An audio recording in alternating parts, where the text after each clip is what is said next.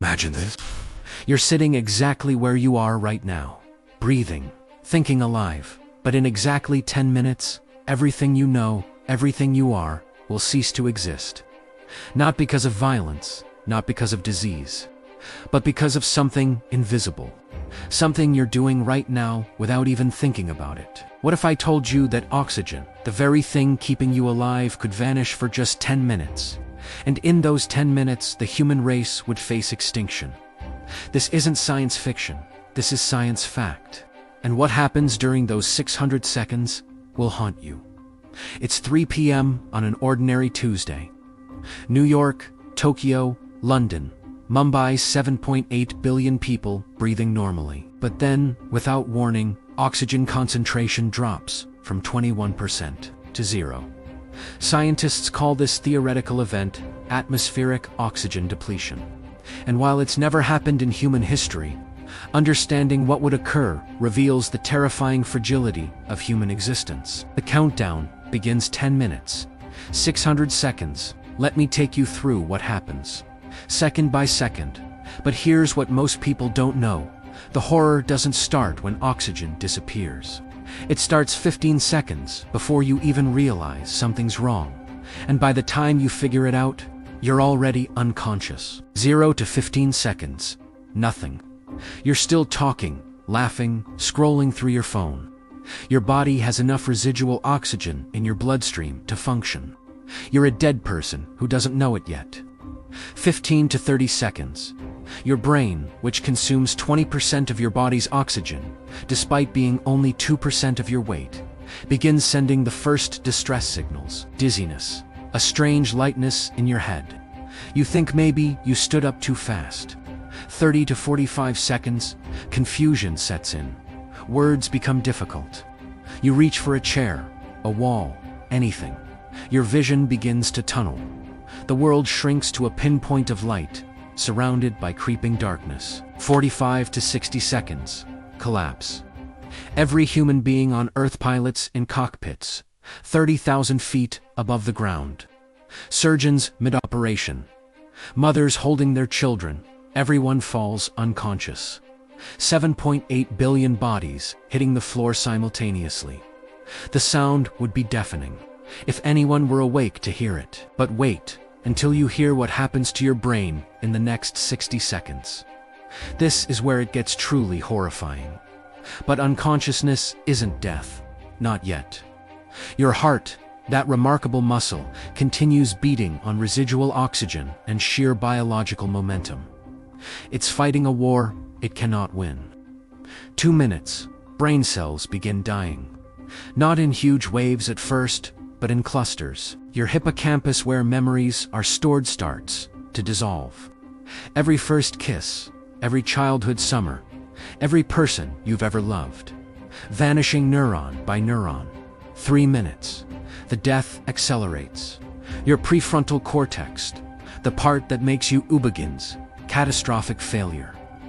If by some miracle oxygen returned right now, you might survive, but you wouldn't be you anymore. You'd be a shell, a body without a soul. For minutes, this is the point of no return. Even if oxygen flooded back into the atmosphere right now, irreversible brain death has occurred. The person you were is gone forever, but your body keeps fighting. And here's the truly terrifying part: while you're lying there, unconscious and dying, something else is happening to the world around you. Remember those pilots who fell unconscious at 60 seconds?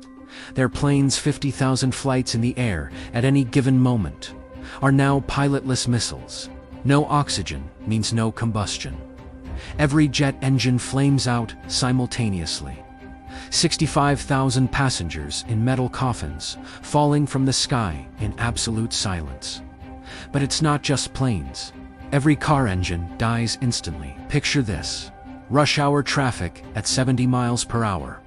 Suddenly, no power steering, no brakes, no control. Multi-car pileups stretching for miles. And the drivers already unconscious behind the wheel. 5 minutes in, hospitals. Life support machines run on backup batteries. For now, but ventilators that breathe for patients. useless. There's no oxygen to pump. The most vulnerable newborns, the elderly, the critically ill die first, still hooked to machines that can't save them. 6 minutes. Fire. Every fire on Earth, campfires, furnaces, candles, extinguishes instantly. But here's the paradox that would doom survivors, even if oxygen returned.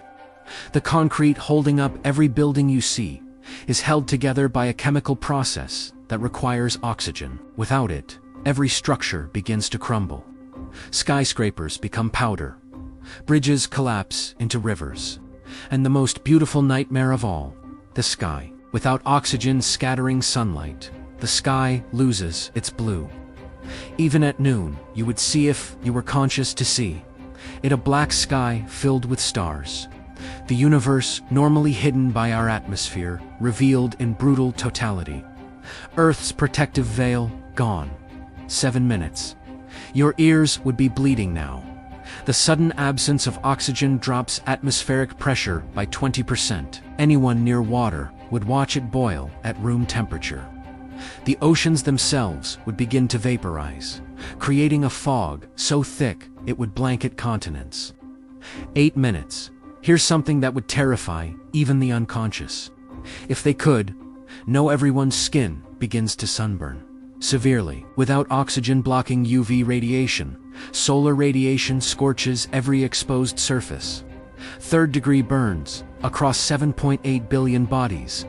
But you wouldn't feel it, because by minute 8, you're already clinically dead. 9 minutes. The last hearts stop beating.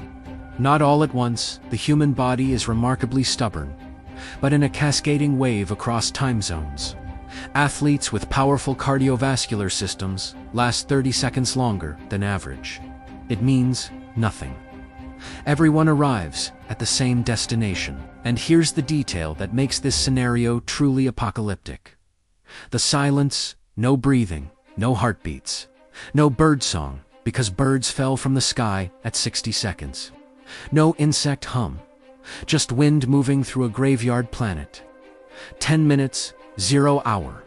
If oxygen returned right now, this instant, it would be too late. Brain death is complete and universal. Every human consciousness that ever existed, every thought, dream, fear, and hope arrest. Humanity's entire story, from cave paintings to quantum computers, ends not with a bang, but with a wheeze. But the cruelest irony, the planet would survive. Within weeks, oxygen levels would stabilize from ocean phytoplankton. Within months, vegetation would reclaim cities. Within years, Earth would heal completely, just without us. Now, take a breath, because this scenario, total oxygen depletion, is theoretically impossible under current conditions. Earth's oxygen is constantly replenished by photosynthetic organisms. We're safe, right? Not entirely. In 1952, London experienced the Great Smog pollution so thick that oxygen levels dropped measurably in localized areas. People collapsed in the streets. 12,000 died in 4 days. Not from poison, from oxygen deprivation. In 2020, Australian bushfires created smoke so dense that hospital admissions for hypoxia, low blood oxygen, increased 300%. In enclosed spaces, oxygen dropped to 18%. That's just 3% below normal. And people were dying. The truth is this: we're always just a few percentage points away from catastrophe. Deforestation destroys 27 soccer fields of forest every minute, forests that produce oxygen. Ocean acidification kills phytoplankton that generates 70% of Earth's oxygen. We're not facing a 10-minute scenario. We're facing a slow suffocation that's already begun. In 2023, scientists discovered something horrifying. Oxygen levels in Earth's oceans have dropped 2% since 1960. That might not sound like much, but it's enough to create dead zones where nothing can live. Areas the size of countries, suffocating slowly. Indoor oxygen levels in heavily polluted cities like Delhi and Beijing regularly drop below 19%. That's the equivalent of living at 8,000 feet elevation altitude, where your body struggles with every breath, where thinking becomes harder, where life becomes survival. And here's the fact that should terrify you. Humans can adapt to almost anything except oxygen deprivation. You can survive weeks without food, days without water, but without oxygen, minutes. We are utterly, completely, fatally dependent on something we can't see, can't touch, and are actively destroying. Right now, as you watch this, you're breathing 15 times per minute, 21,000 times per day. You're pulling oxygen from air that's been recycled through the lungs of every human who ever lived. You're breathing the same atoms that Cleopatra breathed, that Shakespeare breathed, that your ancestors breathed. Every breath connects you to an unbroken chain of life, stretching back 3 billion years. And every breath is a gift from organisms so small you need a microscope to see them, working tirelessly in oceans and forests to keep you alive. This 10-minute scenario will never happen. But the reality is almost more frightening. We're slowly, methodically, thoughtlessly reducing the very thing that makes life possible.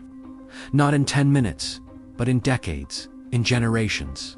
And unlike our nightmare scenario, this one we can stop. The next breath you take, it's not guaranteed. It's a miracle. 21% oxygen, perfectly balanced, infinitely precious. Don't waste it. Don't take it for granted, because 10 minutes without it, and everything ends. Breathe deep while you still can. If this opened your eyes to how fragile life truly is, share it. Let others know, because awareness might be the only thing that saves us from a slow emotion version of this nightmare. The countdown has already begun. The question is, are we listening?